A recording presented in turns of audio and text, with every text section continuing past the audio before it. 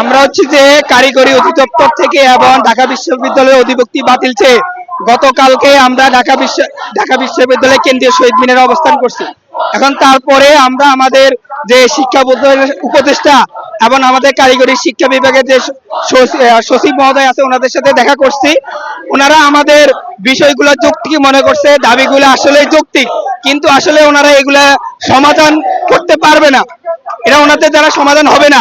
তাই আমরা কারিগরি অধিদপ্তর থেকে বাইর হয়ে এবং ঢাকা ভার্সিটির অধিভুক্তি বাতিল করে আমরা স্বতন্ত্র বিআইটি স্বতন্ত্র প্রকৌশল শিক্ষা ব্যবস্থার জন্য বিআইটির আদলে স্বতন্ত্র প্রতিষ্ঠান করার জন্য আন্দোলন করতেছি।